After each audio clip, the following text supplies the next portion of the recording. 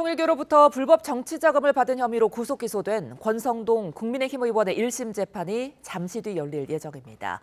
경찰은 한학자 통일교 총재 접견 조사를 가며 정치권 금품 수수 의혹 수사에 속도를 내고 있는데요. 통일교 수사 상황과 함께 특검 수사 내용 서정빈 변호사와 함께 이야기 나눠봅니다. 안녕하십니까? 네, 안녕하십니까? 자, 잠시 뒤에 열릴 권성동 의원의 1심 재판. 이 결과에 따라서 지금 통일교 금품 수수 의혹을 받고 있는 다른 정치인들의 수사에도 좀 영향이 있겠죠? 네, 상당히 영향을 줄 것이다라고 예상이 됩니다. 일단 권 의원 사건에서 결국에는 유죄가 인정이 된다라고 한다면 법원에서는 통일교 측에서의 그런 전방위 로비에 대해서 어느 정도 인정을 했기 때문에 유죄가 나오는 것일 거고, 그렇기 때문에 유사한 방식으로 금품이 전달되었다라는 그런 의혹이 제기된 전현직 의원들에 대해서도 마찬가지로 그 의심이 상당히 커질 수밖에 없습니다. 네, 그렇기 때문에 이번 이 권 의원에 대한 1심 선고가 상당히 영향을 줄 것이다. 수사에 있어서도 크게 이제 원동력이 될 것이다라고 조금 짐작을 해볼 수가 있을 것 같습니다. 이제 뿐만 아니라 이제 만약 이제 권성동 의원에 대해서 유죄 선고가 나온다라고 한다면 그 유죄의 중요한 근거 중에 하나가 아무래도 이제 윤영호 전 본부장의 진술이 될 가능성이 높습니다. 그렇다면은 이제 결국 다른 사건들 역시도 윤 전 본부장의 진술로 의혹이 시작이 되고 또 수사까지도 시작이 되고 있는 그런 모양새이기 때문에 향후에 해당 사건들에 대해서 윤 전 본부장의 진술 신빙성을 가늠하는데 또 중요한 기준이 될 수도 있지 않나. 그래서 세부적으로는 이런 진술 내용에 대해서도 상당히 그 신빙성에 대해서도 영향을 줄 수가 있다 이렇게 보여집니다. 그렇다면 권성동 의원의 1심 구형량은 얼마나 예상하십니까? 개인적으로 예측하기에는 우선 그 정치자금법 위반으로 재판을 받고 있는 것이고 법정형이 이제 5년 이하의 규정에 두고 있습니다.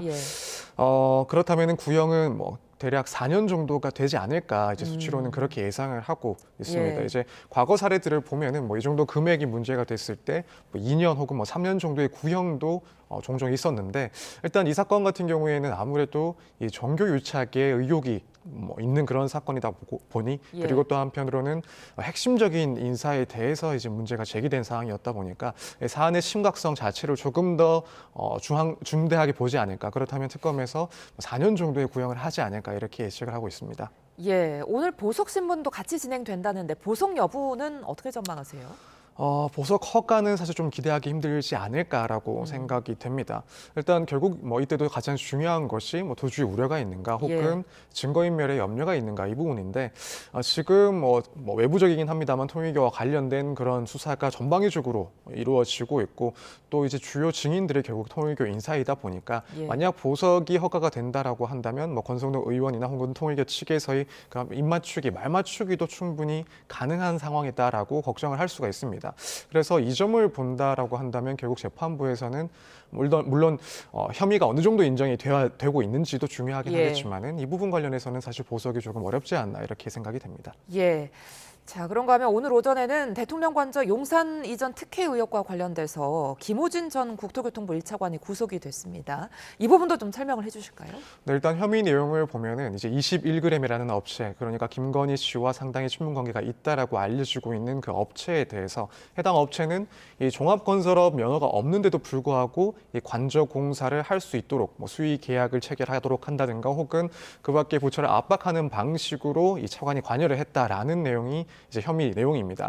그래서 지금 해당 사업 규모 자체가 공사 규모 자체가 한 10억이 조금 넘는 금액으로 보이는데 결국 이 해당 공사를 수주할 수 있도록 관여하고 또 관계자들에 대해서 압박한 것은 직권남용이다라는 혐의가 포함되어 있는 것이고 한편으로는 이제 면허가 없음에도 불구하고 사업을 진행시키도록 추진을 했기 때문에 관련해서는 이제 건설산업법 산업기본법 위반 혐의도 포함이 되어 있습니다. 거기다가 이런 무자격 업체라는 점을 숨기고 계약 혹은 공사를 진행토록 했기 때문에 이 특경법상 사기 혐의까지도 마찬가지로 포함이 되어 있습니다.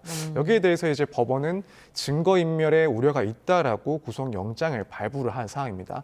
아무래도 혐의 내용 자체도 중대한 것이 맞고 또 한편으로는 관련해서 보고 라인이라든가 혹은 지시 체계 같은 그런 과정에서 관련자들의 그런 진술이 중요한 증거에 해당할 수가 있는데 추후에 불구속 상태에서 재판을 진행하게 되면은 아무래도 관련자 진술에도 영향을 줄 수 있는 그런 사안이라고 평가를 하지 않았나. 그래서 이 증거인멸의 우려가 이번 구속영장에 나오는데 가장 중요한 이유 중에 하나가 되었다라고 보여집니다.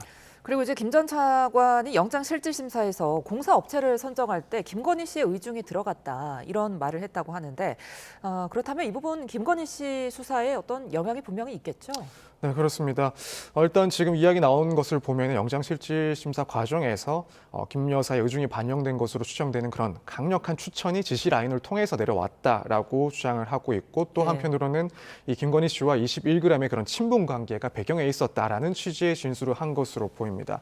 그래서 사실 결국에는 21g이라는 업체가 이 관저 공사에 개입되는 이유가 결국 김건희 씨의 아빠 그리고 김건희 씨와의 그런 친분 관계가 있었다라는 점을 어느 정도 드러내는 그런 정황 증거로 보입니다. 그래서 이 진술을 토대로 아무래도 특검 측에서는 21g 관계자라든가 혹은 대통령실 관계자들에 대한 추가 조사도 충분히 가능하지 않나라고 생각이 되고 결국에는 향후에 이제 김 여사에 대한 김건희 씨에 대한 기소 여부라든가 혹은 공소사실 구성에 있어서도 좀 중요한 그런 퍼즐 중에 하나가 될 것이다라고 생각이 됩니다. 예, 국민의힘 김기현 의원 관련 소식도 좀 짚어보겠습니다. 김건희 특검이 이제 김건희 씨의 로저비비의 가방 수수 의혹과 관련해서 김기현 국민의힘 의원의 자택과 의원실을 압수수색했다고 하는데 지금 김 의원과 김 의원의 배우자가 청탁금지법 위반 혐의의 공범으로 적시가 됐다고요? 네, 그렇습니다.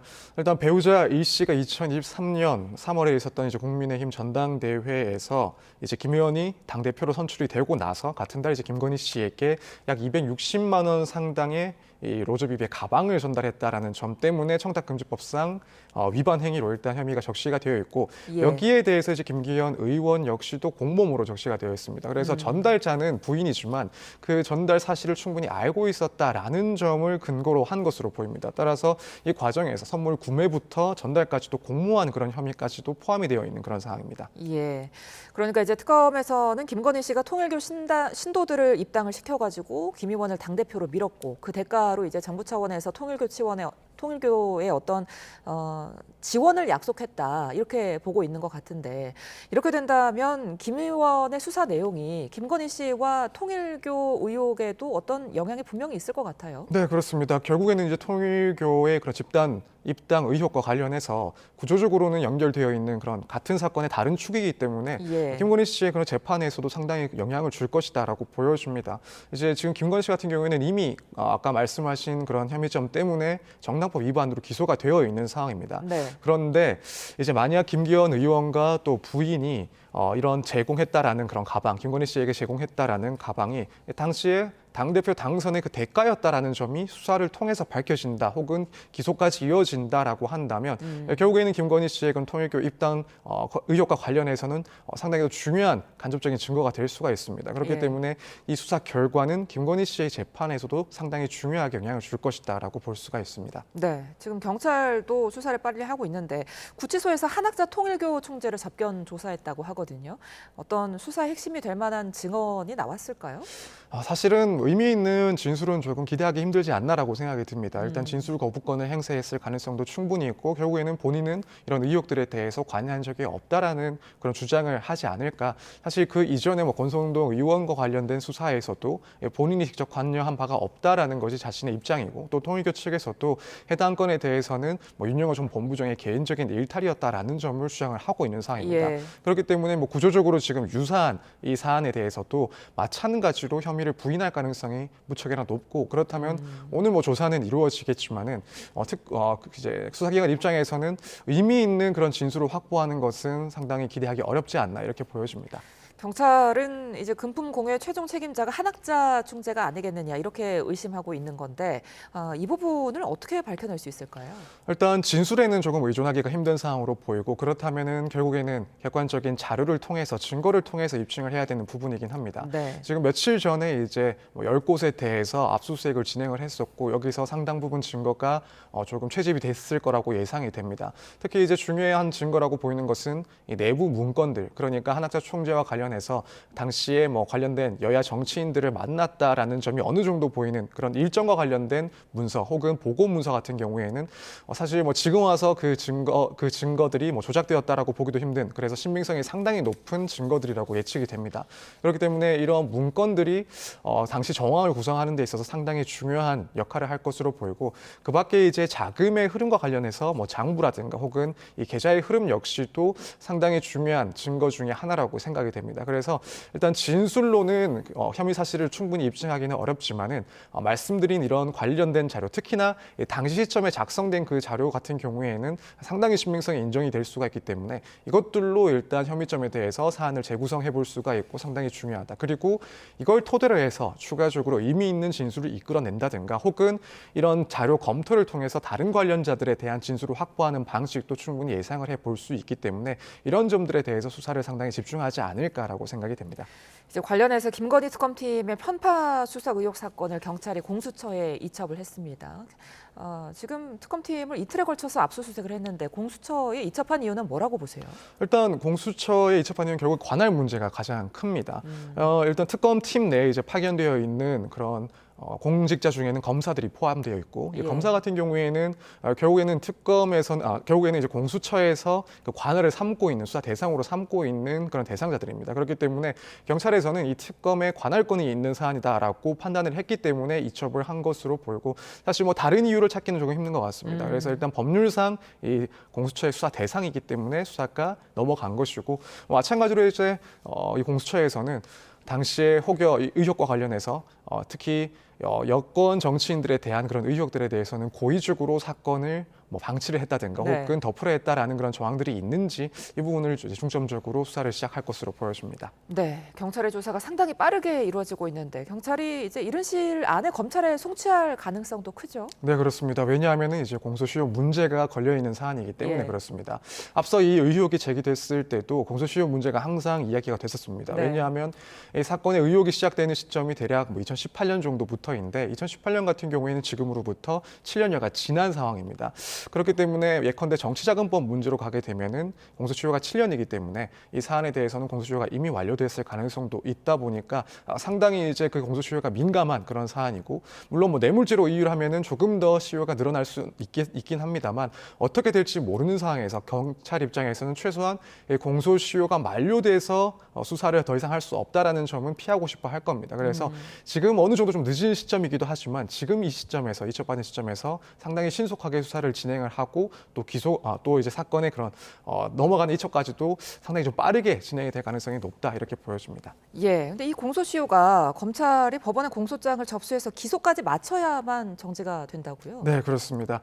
원칙적으로는 이 공소시효라는 것은 공소가 시작될 때까지 그 기한을 이야기를 하는 겁니다. 공소 제기가 될 때까지 기한이기 때문에 이 수사 과정은 계속해서 공소시효가 진행되는 것이고 결국 그것이 멈추는 것은 이 검찰의 기소가 시점이 되는 겁니다. 그렇기 때문에 지금 이 사안 같은 경우에는 경찰에서도 이 사안에 대해서 빠르게 수사를 하고 검찰로 사건을 넘길 것이고 검찰에서도 웬만하면은 사실 추가적인 그런 수사를 상당히 신속하게 진행을 한 이후에 빠르게 기소를 하지 않을까 이렇게 예측이 됩니다. 알겠습니다. 지금까지 서정빈 변호사와 함께했습니다. 오늘 말씀 고맙습니다. 감사합니다.